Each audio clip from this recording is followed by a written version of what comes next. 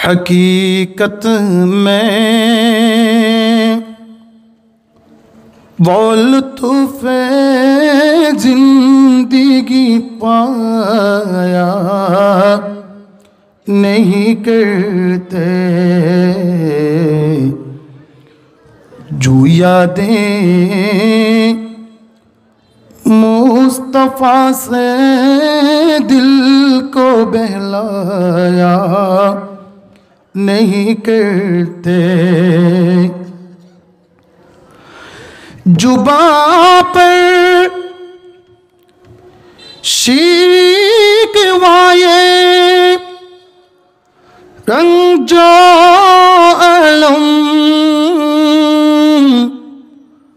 लाया नहीं करते। जुबां पर शिकवाए रंजो अलम लाया नहीं करते। अरे नादा यहाँ दामन को खिलाया नहीं करते। हकीकत में वो लुत्फ़ जिंदगी पाया नहीं करते। अरे ओ ना समझ कुर्बान हो जा उनके रोजे पर। अरे ओ ना समझ कुर्बान हो जा उनके रोजे पर। अरे नादा यहाँ दमन को खिलाया नहीं करते। हकीकत में वो लुत्फ़ जिंदगी पाया नहीं करते।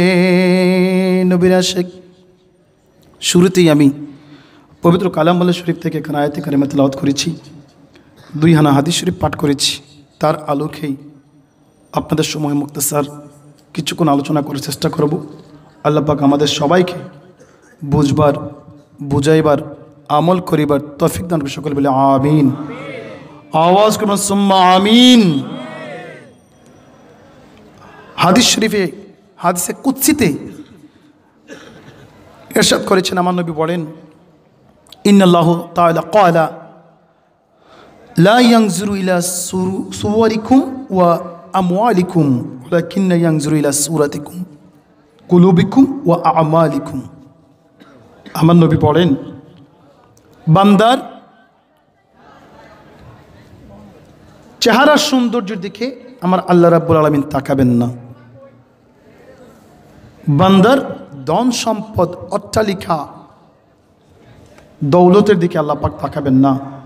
ওয়ালাকিন্না ইয়ানজুরু ইলা কুলুবিকুম, তার কলবের দিকে তাকাবেন, ওয়া আমালিকুম, তার আমলের দিকে তাকাবেন। উচ্চারণ যেমন সুবহানাল্লাহ, মায়া শরবন সুবহানাল্লাহ। আমরা তো আমাদের যদি একটু চেহারা সৌন্দর্য হয়, চামড়া ফর্সা হয়, আমাদের অহংকার এত উঁচা হয়ে যায়, যারা কালো রঙের মানুষ তাদেরকে আমরা গণাতেই ধরি না। ঠিক কিনা বলেন? আছে না নাই? আপনাদের এলাকায় নাই? সুন্দর মানুষের ফখর আছে না নাই? এমনিতেই সুন্দর মানুষের ভিতরে ফখর চলে আসে, ও কালো আমি সুন্দর। ধন সম্পদওয়ালা মানুষ গরিব মানুষদেরকে এনকার করে কি করে না? করে কি করে না? অথচ আল্লাহ পাক বলেছেন, আমি সৌন্দর্যের দিকে তাকাবো না, ধন সম্পদের দিকে তাকাবো না, আমি তাকাবো তার কলবের দিকে। তার কলবটা কী রকম, পুতু পবিত্র কি না, নাকি গুনায় জর্জরিত হয়ে নাপাকি হয়ে গেছে, তার আমল কীরকম, তার আখলাক কীরকম, আমি ওই দিকে তাকাবো। সুবহানাল্লাহ। তিনজন মানুষ ইসলামের ইতিহাসে শ্রেষ্ঠত্ব লাভ করেছেন, তারা কালো হওয়ার পরেও। সুবহানাল্লাহ বলুন না। শুধু কালো তাই নয়, আন্তর্জাতিক মানের কালো। কালো প্রতিযোগিতায় গেলে তাদের মতো কালো খুব কমই পাওয়া যাবে।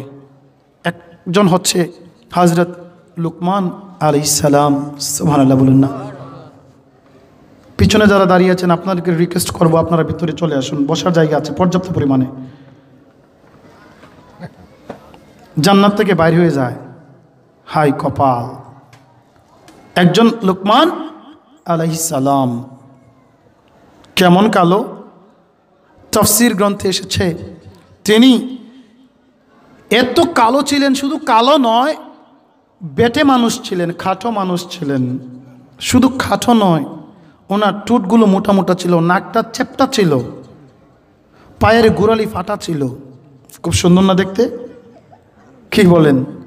খুবই সুন্দর, অনেক কালো। সেই লুকমান আলাইহিস সালামের নামে আল্লাহ পাক একটা সূরা নাজিল করে দিয়েছেন পবিত্র কুরআনুল কারীমে। সুবহানাল্লাহ।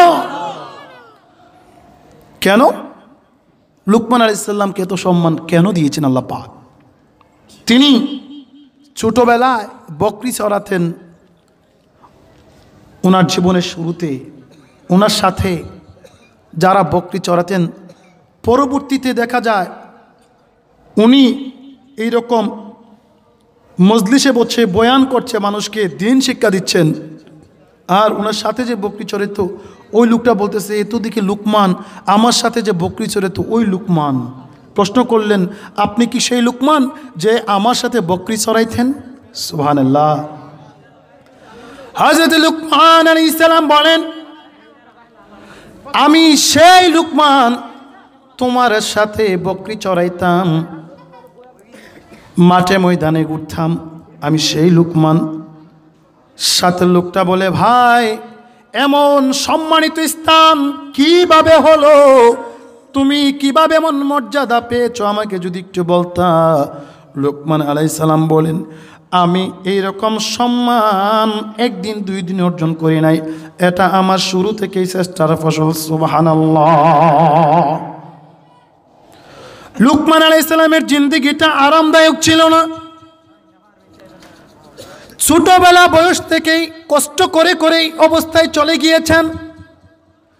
সততা নিষ্ঠার কারণে আল্লাহ রাব্বুল আলামিন তার মর্যাদা বাড়িয়ে দিয়েছেন। তাকে অল্প বয়স থাকতেই একদল ডাকাত তাকে ধরে নিয়ে যায়, কৃতদাস হিসেবে বিক্রি করে দেয়। যেই লোকের কাছে কৃতদাস হিসাবে বিক্রি করে দেয়, এই লোকটা জ্ঞানী লোক ছিল। লুকমান আলাইহিস সালামের বেশভূষা দেখে তাকে কৃষ্ণাঙ্গ মনে হলেও তার অন্তরটা ছিল ইলমের আলোতে আলোকিত। সুবহানাল্লাহ। জ্ঞানের আলোতে আলোকিত ছিল। লুকমান আলাইহিস সালাম বলেন, আমাকে আমার মালিক কিনে নেওয়ার পর যখন বুঝতে পারলেন আমার মধ্যে জ্ঞান আছে, আমাকে দিয়ে কঠিন কোনো কাজ করার নাই, আমাকে দিয়ে ওনার উপকার হয় এমন কিছু কাজ করিয়েছেন। আমার সাথে পরামর্শ করতেন, পরামর্শ করে কাজ করতেন। সুবহানাল্লাহ। টেস্ট করতেছে ওনার মালিক লুকমান আলাইহিস সালামকে, বলে, লুকমান,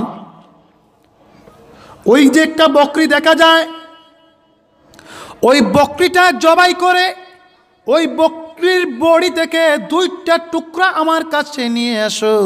যেই দুইটা টুকরা ওই বকরির শরীরের মধ্যে সবচাইতে উত্তম। হযরত লুকমান আলাইহিস সালাম দুইটা টুকরা নিয়ে আসলেন।